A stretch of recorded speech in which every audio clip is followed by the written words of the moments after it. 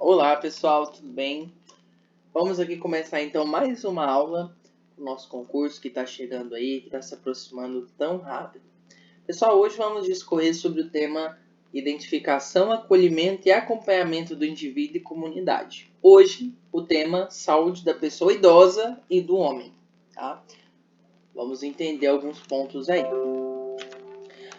De acordo com o IBGE, que é o Instituto Brasileiro de Geografia e Estatística, a população idosa só está crescendo, né? Então, a gente está tendo cada vez mais pessoas idosas, não só no Brasil, mas no mundo inteiro. A população idosa tem crescido muito, né? Com o aumento da expectativa de vida, as pessoas vivem mais e por isso existem mais idosos, né? Tanto que no Brasil, atualmente, existem cerca de 30 milhões de pessoas idosas, tá?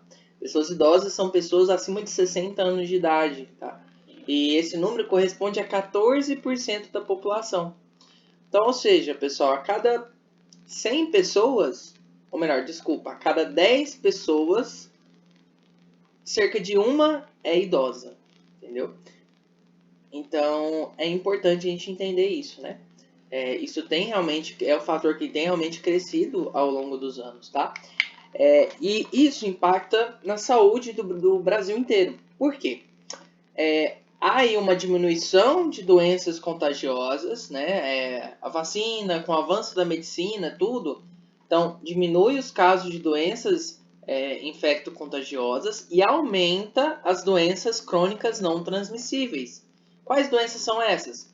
Diabetes, hipertensão, doenças cardiovasculares, respiratórias e câncer, que são doenças que não são transmissíveis, tá?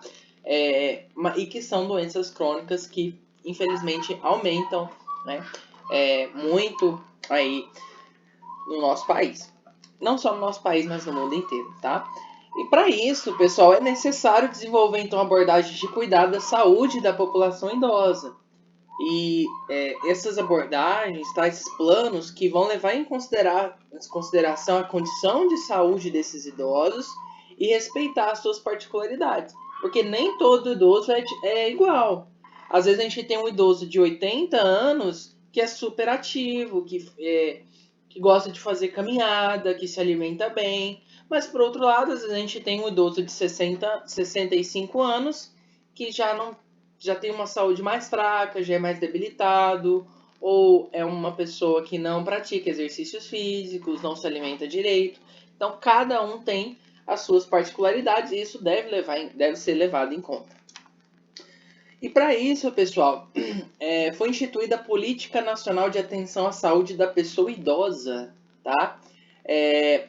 Essa política está descrita na portaria número 2528 de 2006. Essa política, ela propõe ações que vão ajudar as pessoas idosas em 3 pontos: na sua recuperação, manutenção da autonomia e independência. Pessoal, nós, como profissionais de saúde, precisamos nos esforçar para isso, tá?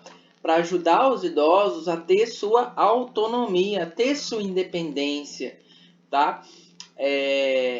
Com ajudas ali medidas coletivas individuais, né, como a gente está vendo aqui no slide, para promoção e também prevenção da saúde deles, incentivar o cuidado próprio. Nós vimos aí em aulas anteriores sobre promoção da saúde e humanização, a importância da gente incentivar as pessoas à autonomia, né, que andar com as próprias pernas.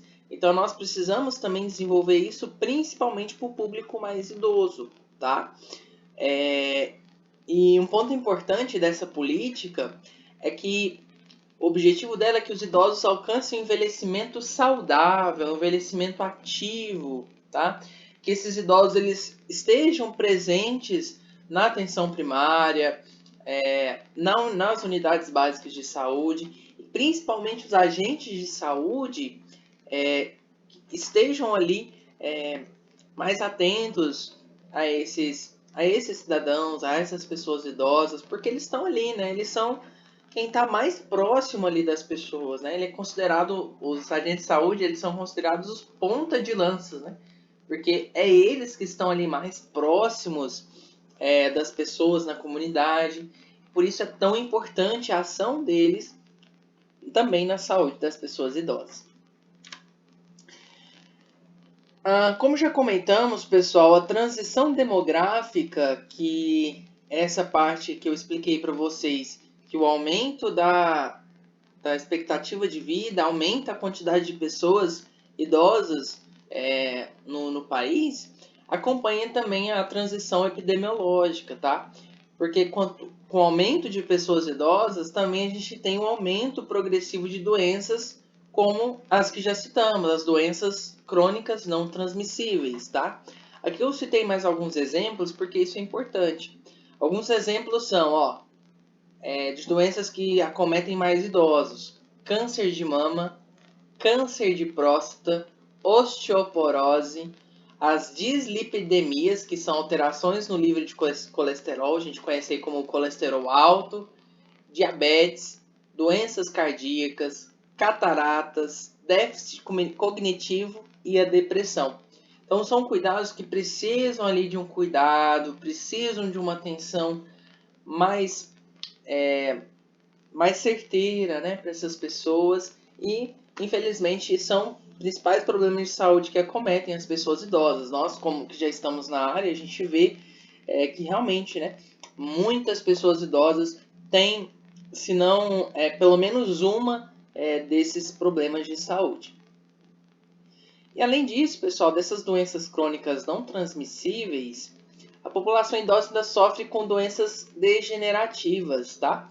Essas doenças são doenças que não possuem cura e que infelizmente aumentam as dificuldades das pessoas idosas, tá? Elas podem ser, por exemplo, doenças neuropsiquiátricas, cardiovasculares, osteomusculares, respiratórias, e acabam provocando a incapacidade funcional do idoso e a redução da sua qualidade de vida, tá? Podemos citar aí, por exemplo, doenças degenerativas, né? Nesse caso de ósseos musculares, em que a pessoa ela vai atrofiando os músculos, né? Ela vai perdendo ali a mobilidade, a força nas mãos. Então é uma doença que ela vai aumentando, ela vai degenerando a pessoa com o tempo, né? Então, infelizmente, isso acaba reduzindo a qualidade de vida da pessoa. Chegando aqui, pessoal, nós vamos citar um pouquinho sobre fatores de risco. O que são fatores de risco? Quando uma pessoa ela tem maior possibilidade de desenvolver alguma doença, falamos que ela está exposta a um fator de risco, tá? Isso ocorre em decorrência de algum elemento na vida dessa pessoa, desse idoso, tá? Seja na sua família, seja na sua casa, na sua alimentação, no seu convívio social. Então tem alguma coisa acontecendo ali que pode ser um risco para a saúde daquela pessoa, tá? Então, isso a gente chama de fator de risco. Vamos entender um pouquinho mais sobre isso, ó. A gente tem aqui 4 tipos de fatores de risco. Primeiro que vamos citar aí são as condições socioeconômicas, culturais e ambientais, que são fatores relacionados à renda, escolaridade, profissão, sexo, gênero, local de moradia. Então, são condições ali da vida da pessoa mesmo, né? Ali se a pessoa ela tem uma menor rentabilidade, então ela geralmente tem uma qualidade de vida menor, né? Se a pessoa ela tem uma baixa escolaridade, às vezes dificulta acesso a algumas coisas, né? Então, esses são fatores de risco no nível socioeconômico, tá? A gente vê também condições de vida e de trabalho, que são fatores ligados à educação, alimentação, condição de moradia, de saneamento, acesso a serviços de saúde, condições de trabalho. Então, são todos aí fatores que estão ligados à condição de vida da pessoa e que podem ser riscos à saúde desse idoso. Outros pontos são com relação a redes sociais e comunitárias, tá? Relacionadas aí com amigos, parentes, vizinhos, grupos religiosos, associações sindicais, associações de moradores e até mesmo clubes recreativos. Comportamentos e estilos de vida, tá? Então, se o idoso ele tem ali uma dieta pouco saudável, se ele não faz atividade física, se ele fuma, se ele faz um uso abusivo de álcool, então esse é um tipo de comportamento que está trazendo um risco à saúde dele. Então, ele também entra nessa questão de fatores de risco. Então, nós, como agentes comunitários de saúde, precisamos observar alguns fatores, tá? Se o idoso ele possui uma renda, se essa renda ela é suficiente para suprir suas despesas, suas necessidades, tá? Se a pessoa idosa possui familiares e amigos que vão ajudar ela, que vão dar o apoio ali quando necessário. Se o local onde ele mora, se as condições de moradia daquele idoso são adequadas, se ele tem uma higiene, se ela tem um certo conforto, né? Se a pessoa idosa usa cigarro ou bebida alcoólica, se pratica atividade física, se tem uma alimentação saudável. Então, são fatores que nós, agentes de saúde, precisamos levar em conta, precisamos observar esses fatores, e quando algum deles for observado, tá? Colocando a pessoa ali num risco de adoecimento, então nós vamos levar esse caso à unidade, né? Para a equipe, então, para que sejam tomadas ali medidas ou providências necessárias para ajudar essa pessoa. Vamos aqui falar sobre outro tema, pessoal. Muitas pessoas idosas possuem doenças e agravos crônicos não transmissíveis. Já falamos sobre isso já, né? E alguns deles precisam de cuidados permanentes ou cuidados de longa duração, tá? E essas doenças, essas condições podem fazer com que o idoso possa fazer com que ele diminua sua capacidade de qualidade de vida, né? Que vai acabar ali afetando os seus afazeres, né? Enfim, como por exemplo ali se alimentar, tomar banho, ir ao banheiro sozinho, sair de casa. Isso realmente, né, pessoal, isso afeta a qualidade de vida da pessoa, né? Tarefas simples que às vezes aquele idoso sempre realizou, sempre fez sozinho, às vezes ele vai precisar ali de uma ajuda para fazer, ou às vezes vai ser totalmente dependente de outra pessoa. Então, por isso é necessário a gente conhecer como é a organização da família. Se o idoso ele for ali dependente de alguém, quem cuida desse idoso, né? Quem que ajuda ele nesse sentido, né? Quem que ele dorme sozinho, né? Ele dorme com alguém? Quem está ali vigiando, né? Então, nós, agentes de saúde, podemos colaborar nesse sentido, tá? Organizar ali um plano de cuidado para aquele idoso, para que não sobrecarreguem. Geralmente, quando tem um idoso, e ele tem vários filhos, por exemplo, às vezes um filho fica mais sobrecarregado do que os outros, né? Então é importante fazer esse plano de cuidado, para que todos ajudem, né? E que possam dar um cuidado melhor para esse idoso. Podemos chamar a atenção para aqueles idosos portadores de alguma deficiência que pode reduzir sua capacidade funcional, tá? Como, por exemplo, deficiência física, auditiva, visual, intelectual, mental, entre outros. Então, essas são deficiências que vão reduzir a qualidade de vida do idoso ou da idosa, tá? E vai deixar ele com riscos, por exemplo, de queda, de acidente, de má alimentação. Então, é interessante nós também termos aí esse cuidado, dar atenção a esse caso, tá? Porque são fatores de risco que vão deixar a pessoa propensas ali a outras condições, né? Outros perigos. Você, como a CS, deve compreender que existem pessoas idosas que precisam de cuidados contínuos, tá? Então, é nós, agentes de saúde, que vamos monitorar essas pessoas, vamos fazer as visitas domiciliares, vamos identificar qual a necessidade que essa pessoa tem, se ela precisa de outros cuidados, como mais visitas da equipe de enfermagem ou dos médicos, se a pessoa precisa de uma consulta com o dentista, se ela está ali com as vacinas em dia, se ela está tomando as medicações certinho, de acordo com as receitas médicas, se ela está realizando atividades físicas de acordo com as suas possibilidades. Então, tudo isso são pontos chaves que nós, agentes de saúde, vamos ajudar. Desculpa. Então, olha só que interessante, né, pessoal? Às vezes a gente pensa, né? Nossa, a gente não vai poder fazer nada por ele, né? Mas não, né? O nosso trabalho ele vai muito além disso, né? A gente pode realmente ajudar essas pessoas, né, ter uma melhor qualidade de vida, né, e sempre cuidando ali das suas necessidades, do que foi importante, né, necessário para ela. Muitas pessoas idosas têm autonomia e independência, né, como já citamos. Até mesmo pessoas que têm hipertensão, têm diabetes, podem ser independentes. Mas isso quer dizer que a gente vai deixar essa pessoa de lado? Não, essa pessoa idosa ela é independente, ela é uma pessoa idosa forte, né? Então ela não precisa ser monitorada tanto assim.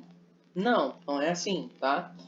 Essa pessoa ela pode perder a independência, pode passar a necessitar de cuidados mais intensivos por parte da família ou da equipe de saúde. Então a gente não vai deixar de monitorar essa pessoa, de cuidar dessa pessoa, tá? Essa perda de independência vai, né, ou pode prejudicar o acesso da pessoa aos serviços de saúde, né? Então, nós devemos ficar atentos aos fatores de risco, observar, né, se as pessoas idosas têm mais chance de adoecer ou de ter um agravo de saúde. A gente vai falar sobre isso, mas eu vou citar esse exemplo aqui, pessoal. Às vezes a gente tem ali um idoso que ele é um idoso forte, por exemplo, uma mulher, né? Uma mulher idosa. Ela faz tudo em casa, ela se alimenta bem, faz exercícios físicos, ela não tem nenhum problema crônico, né? Então a gente, opa, essa idosa aqui já é forte, né? Já não precisa dar tanta atenção. Porém, acontece algum acidente em casa, uma queda, alguma coisa assim, e essa queda vai incapacitar essa mulher, talvez de andar, né? Então, por um lado, acabou essa independência que ela tinha, né? Então, ela vai passar a necessidade de mais cuidados. Então, por isso que é interessante, tá? A gente manter essa monitoração e continuar ajudando e apoiando esses idosos. Além disso, outros fatores, como que a gente já viu aqui, tá? Podem prejudicar a funcionalidade da pessoa idosa, como quedas, infecções, problemas no controle de doenças crônicas, uso de muitos medicamentos, surgimento de outras doenças, etc. Então, são fatores que podem prejudicar a vida desse idoso, tá?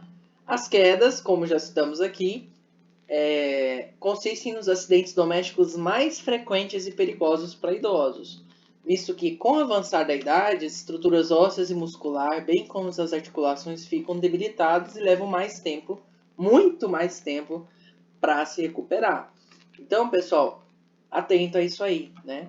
Os idosos são mais propensos a quedas. Quando eles caem, infelizmente, eles são mais frágeis, então são mais propensos a quebrar um osso, a ter uma lesão muscular, tá? Ter algum problema nas articulações, nos ombros, nos cotovelos, nos joelhos, tá? E, infelizmente, no caso deles, esse tipo de lesão, ele demora muito mais tempo para se recuperar, tá? Tirando o fato, pessoal, também que esse tipo de queda, ele também pode implicar em fraturas sérias, tá? E que vão levar a sequelas piores. Por exemplo, até interessante, assim, é importante a gente saber, né? Da complicação que isso pode ter.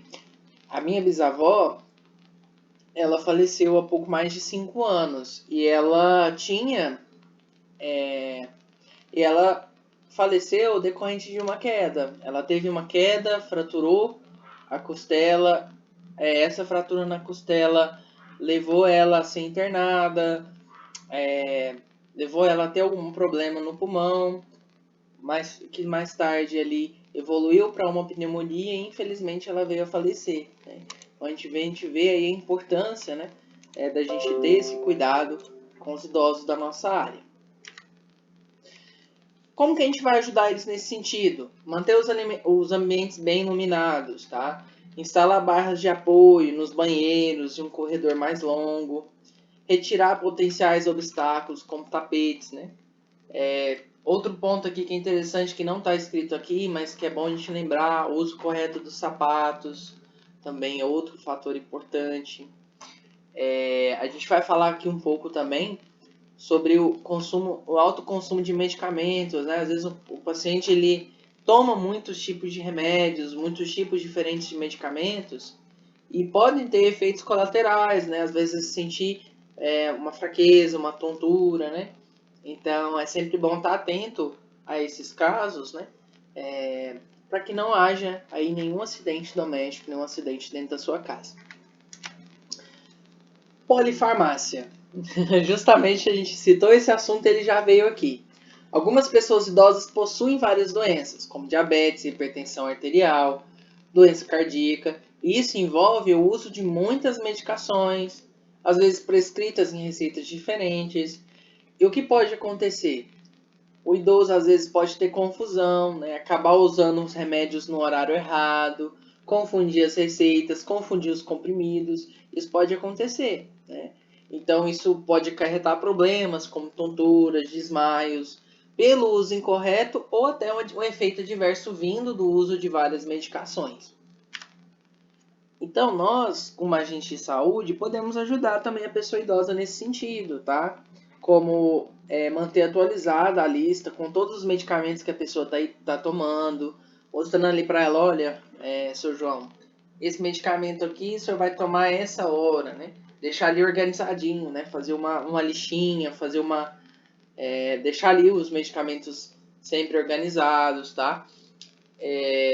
Levar essa lista, às vezes, por exemplo, para um médico, a pessoa idosa faz a consulta e também, né, identificar esses medicamentos, tá? Guardar eles dentro das suas caixas para que qualquer pessoa saiba quais medicamentos são. Hoje a gente tem uma outra coisa que é interessante citar, a gente tem muito aqueles organizadores de medicamentos, né? Só que aquilo lá, pessoal, tem um perigo. Por quê? Às vezes a gente tira o medicamento, por exemplo, né? Vou citar aqui para vocês, ó. A gente tem, por exemplo, um medicamento, né? Aqui dentro, normal, tranquilo, né?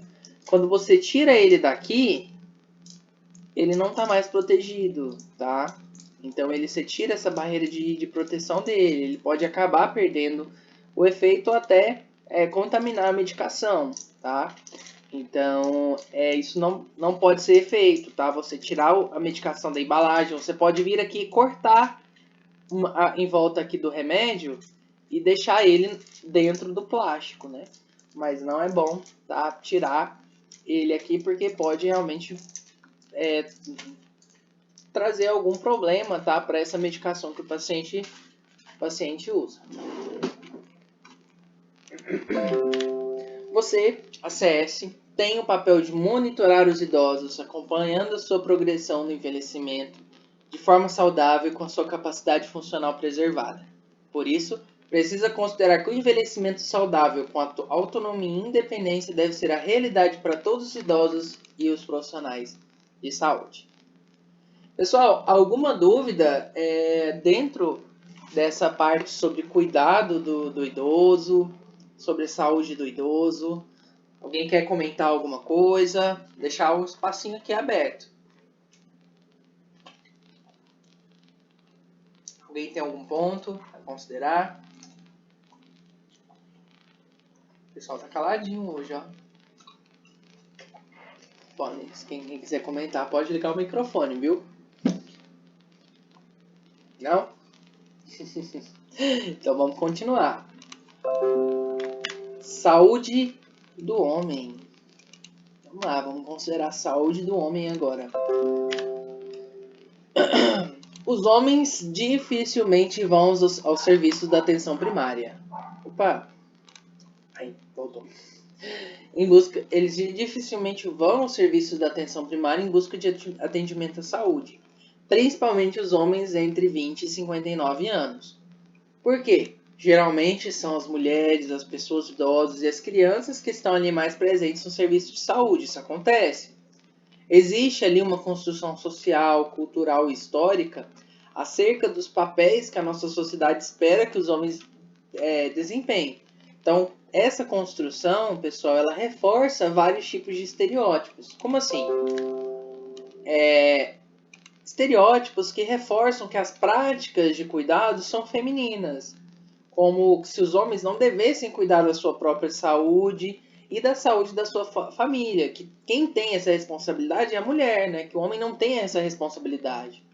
Ou até que os homens não têm responsabilidade na prevenção de infecções sexualmente transmissíveis, ou até mesmo dos métodos contraceptivos, tá?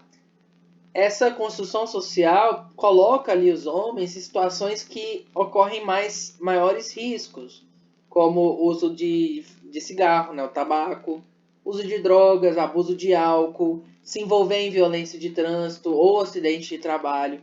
Então, nosso trabalho como agente de saúde é reconhecer os fatores que estão expondo esses homens ao maior risco de adoecimento, de violência ou de acidentes. E esse, com certeza, pessoal, esse acompanhamento é uma ação importante para a promoção de saúde dos homens e, em consequência, a saúde da sua família. Muitos homens... Vamos voltar aqui, quero comentar uma coisa aqui interessante, ó. Por que que isso acaba promovendo a saúde da família também, né?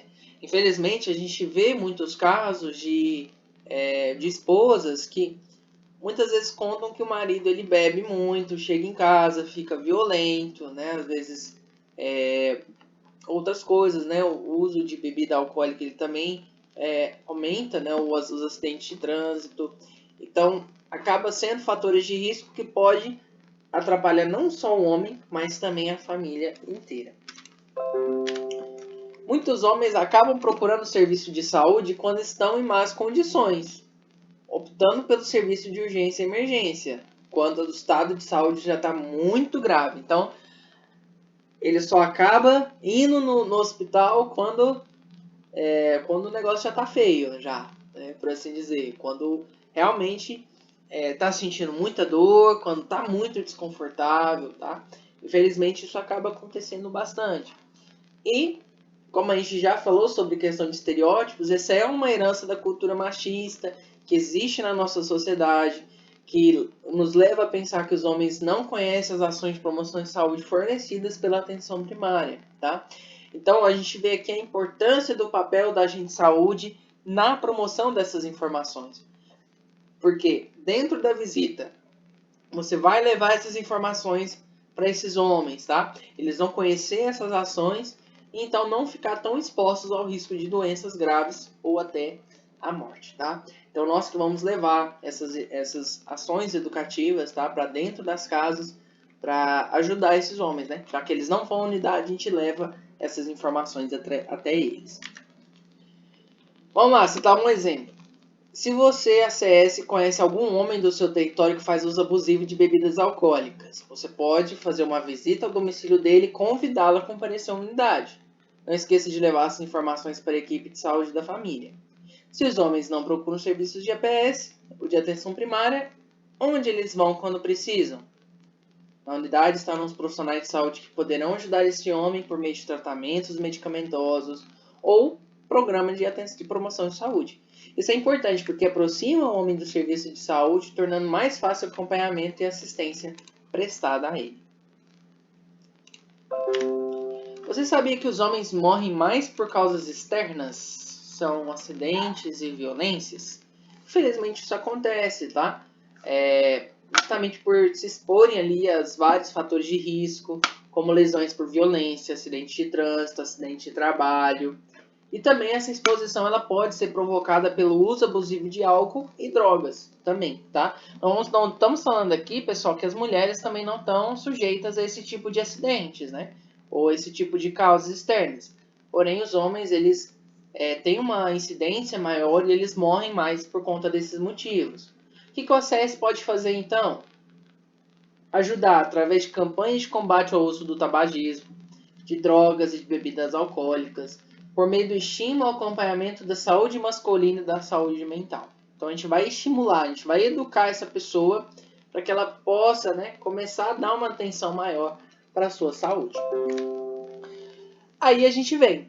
Pessoal, todos a gente viu saúde da criança, saúde da mulher, saúde do adolescente, saúde do idoso agora, e todos têm uma política. Para o homem não é diferente. Existe a Política Nacional de Atenção Integral à Saúde do Homem. E ela foi criada com o objetivo de facilitar e aumentar justamente esse acesso dos homens aos serviços de saúde e às promoções de saúde, tá? Ela direciona gestores e profissionais de saúde a considerar aspectos sociais, culturais dos homens, visando ali a integralidade do cuidado, redução de mortes e doenças e melhorando as condições de saúde da família. Como nós podemos estimular os homens a aderirem às ações de promoção de saúde e usarem os serviços de saúde da atenção primária? Vamos lá! Rodas de conversa, palestras, vacinações, realizações de exames como testes rápidos para sífilis, HIV, hepatite B e C, consultas, planejamento reprodutivo, atividades preventivas, grupos operativos, pré-natal da parceira, entre outros. Vou citar um exemplo de algo que aconteceu aqui na nossa cidade, ano passado, tá? Se lembram aqui da campanha do Novembro Azul, né? Foi uma campanha justamente para a gente não só reforçar o cuidado do homem sobre o câncer de próstata, mas também sobre outros pontos da sua saúde, né? Foi uma campanha que foi feita pela Secretaria de Goiatuba, né? E acredito que é feita também em muitos outros lugares para justamente apoiar, né? E realmente dar esse estímulo ao homem a buscar os serviços de saúde. As unidades são também espaços em que métodos contraceptivos e insumos para o sexo seguro para os homens se tornam possíveis. Através da atenção primária, os homens podem ter acesso a encaminhamentos para vasectomia, preservativos femininos e masculinos, lubrificantes e materiais educativos com relação à educação sexual também, tá? O agente de saúde e a equipe devem desenvolver ações de prevenção e tratamento de infecções sexualmente transmissíveis e HIV e AIDS. Tá? O outro ponto importante aí. Vamos lá. Por exemplo, uma atribuição que o exército do território pode desenvolver com os homens é monitorar sua condição de saúde e sua exposição a fatores de risco, como o uso de álcool. Imagine então que, vamos lá imaginar um caso. Você é agente de saúde, está lá no seu território, visitando ali um homem chamado Lucas, tá? Ele tem 32 anos, ele trabalha ali numa indústria, ele tem diabetes tipo 2, mora com a esposa e um filho. E ele faz uso abusivo de bebidas alcoólicas todos os dias. Qual a nossa conduta? O que a gente vai fazer?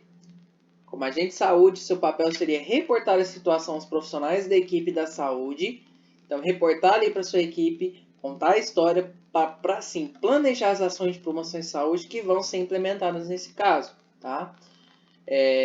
Ações de educação e saúde, controle da diabetes, redução ou eliminação do consumo de bebidas alcoólicas, importância do estilo de vida saudável, seriam algumas recomendações indicadas para esse caso, por exemplo. Tá?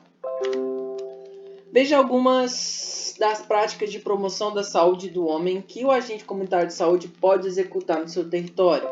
Manter o cadastro dos homens atualizados na unidade de saúde, através das fichas do ESUS. Nós já fazemos.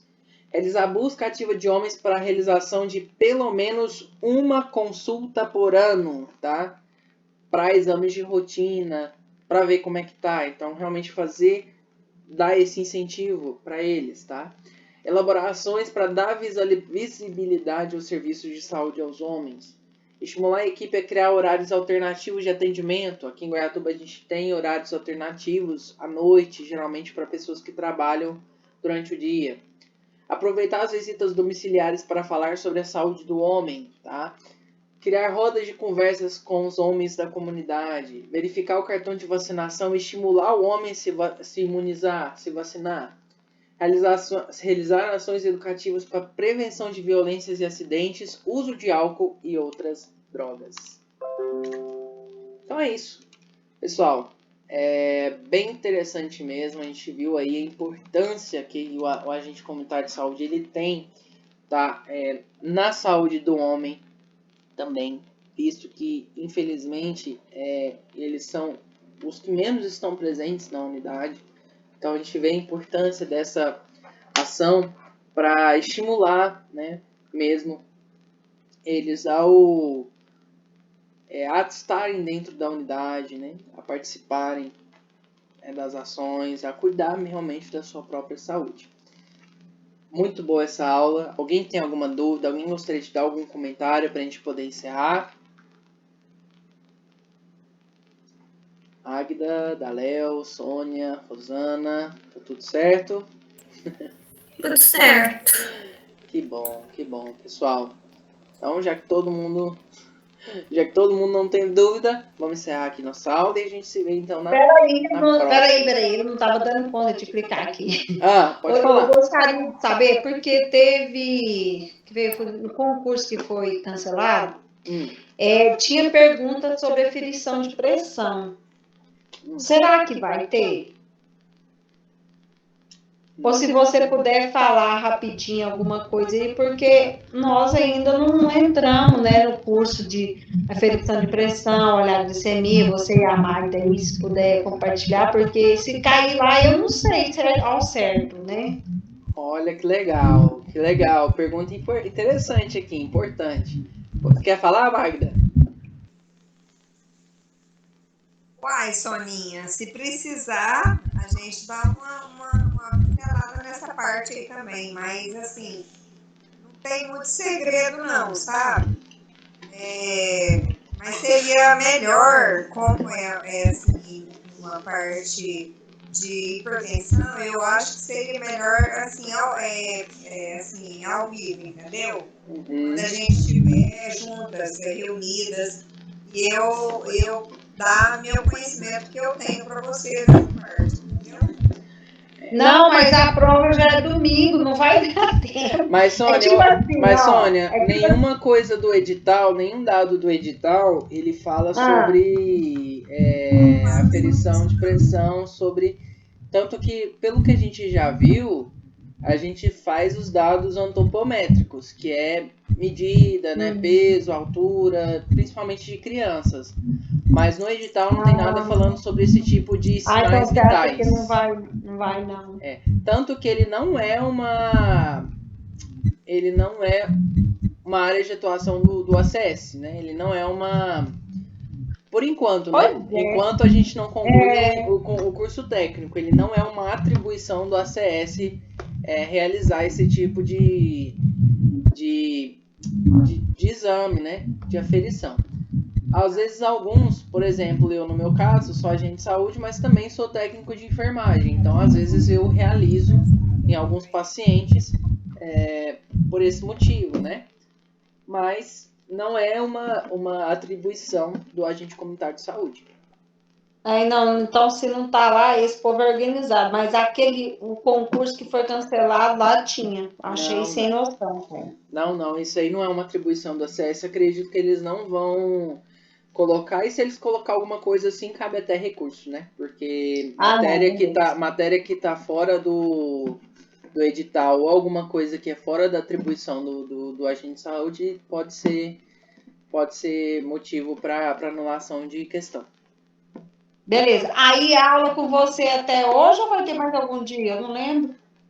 Hoje é terça, amanhã, quarta e sexta também. Ainda tem 2 aulas ainda. A gente vai frisar muito sobre 2 pontos, que é calendário de vacina e doenças de notificação compulsória. São as 2 últimas aulas que a gente vai ter. Deixa com nós, então. Tchau, gente. Boa noite para vocês. Fiquem com Deus. Todo mundo. Bora estudar, gente. Vamos estudar. Até mais. Até a próxima aula. Até mais.